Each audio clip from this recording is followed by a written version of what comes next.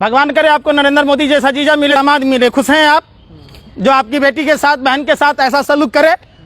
क्या बात कर रहे हैं आप? पूछिए जसोदाबेन जी के पिताजी से, उनकी बेटी के साथ कैसा हुआ, कैसे महसूस कर रहे? अंधभक्तों को कहते हैं अर्ज किया तबाह होकर भी तबाही नहीं दिखती, ये तो अंधभक्ति है साहब, इसकी दवाई नहीं बिकती। भगवान जो दुश्मन हो। ये अच्छे दिन है भाई साहब, हम दाने दाने को मोहताज हो गए, हमारे हाथों को काम नहीं है। सोना दिया सोनार को पायल बना दिया, लोहा दिया लोहार को हथौड़ा बना दिया, वोट दिया फक्कर फकीर को कटोरा थमा दिया। सबके हाथ में कटोरा है। लोग भीख मांगेंगे क्या? नरेंद्र मोदी जी की तरह भरी जवानी में 40 साल भीख मांगेंगे लोग?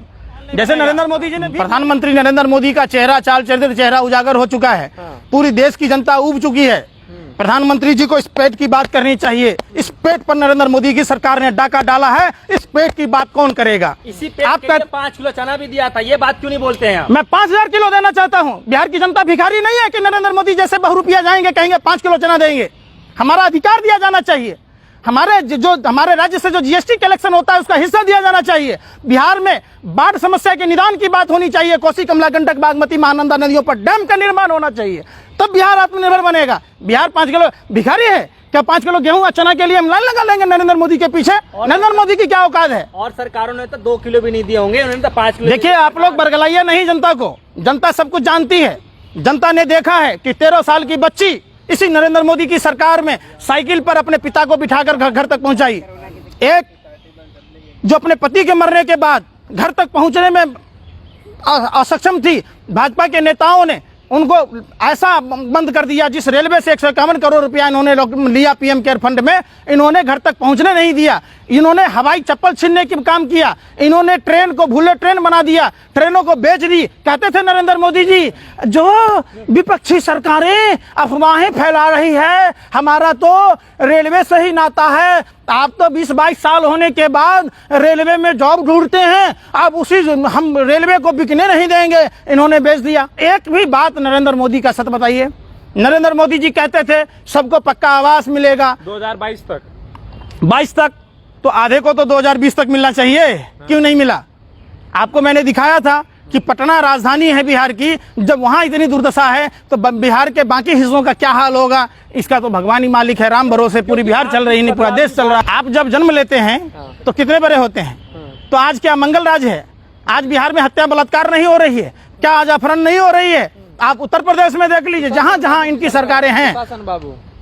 कुशासन बाबू कुर्सी कुमार क्या बोलेंगे? ये कहते थे मर जाएंगे मिट जाएंगे, मिट्टी में दफन हो जाऊंगा, भाजपा के साथ नहीं जाऊंगा। ये हमारा डीएनए पूछता है। बिहार को विशेष राज्य की दर्जा दिलाने की बात थी, कहाँ गए वो लोग? कहाँ गए दूसरे पलटू राम, मौसम वैज्ञानिक रामविलास पासवान जी? दलितों के नाम पर पूरे बच्चों को वहां पर तारी निकालने पर टैक्स लगा दिया गया। केंद्रीय मंत्री बने हुए हैं रामविलास पासवान जी। तो यही तो बात है ना, लोगों को गुमराह कर। पूरी मदारियों की टोली है भाजपा। मोदी नहीं मदारी है। झूठ बोलने की बचपन से बीमारी है। ये कभी खिलौना दिखाते, कभी कछुआ दिखाते, कभी बत्तख दिखाते, कभी भालू दिखाते, कभी मोर दिखाते। कटी पतंग हम डोर देखते रह गए, जीडीपी गिर गई, हम मोर देखते रह गए।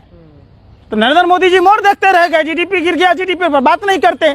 बगल में बांग्लादेश की जीडीपी नहीं गिरी माइनस में, हिंदुस्तान का गिर गया। नरेंद्र मोदी जी आपको एक्सपर्टों से सलाह लेनी चाहिए। देश के युवाओं के भविष्य को खतरे में नहीं डालना चाहिए। आपने जिस तरीके से आने वाली पीढ़ी नस्लें खराब कर रहे, इसका खामियाजा हिंदुस्तान को भुगतना पड़ेगा, देश को भुगतना पड़ेगा। नरेंद्र मोदी जी आपसे देश नहीं चल रहा है, हाथ जोड़कर विनती है आप इस्तीफा दे दीजिए। जैसे आपने जसोदाबेन जी को छोड़ दिया। जसोदाबेन जी आज क्या है? आज जसोदाबेन जी खुश हैं?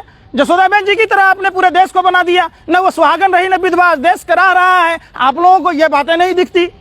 आप ये बात कीजिए ना, प्रधानमंत्री जी ने कितने स्कूल कॉलेज बिहार में बनाए? प्रधानमंत्री आएंगे, आपको इस बात की उम्मीद बिल्कुल नहीं बची है। बुरे दिन आ गए, ये अच्छे दिन है भाई साहब। हम दाने दाने को मोहताज हो गए, हमारे हाथों को काम नहीं है। सोना दिया सोनार को पायल बना दिया, लोहा दिया लोहार को हथौड़ा बना दिया, वोट दिया फक्कर फकीर को कटोरा थमा दिया। सबके हाथ में कटोरा है। लोग भीख मांगेंगे क्या? नरेंद्र मोदी जी की तरह भरी जवानी में 40 साल भीख मांगेंगे लोग? जैसे नरेंद्र मोदी जी ने भीख मांगा, तो देश के लिए मांगा, देश के लिए है? देश के लिए। भगवान करे आपको नरेंद्र मोदी जैसा जीजा मिले, दामाद मिले। खुश हैं आप जो आपकी बेटी के साथ, बहन के साथ ऐसा सलूक करे?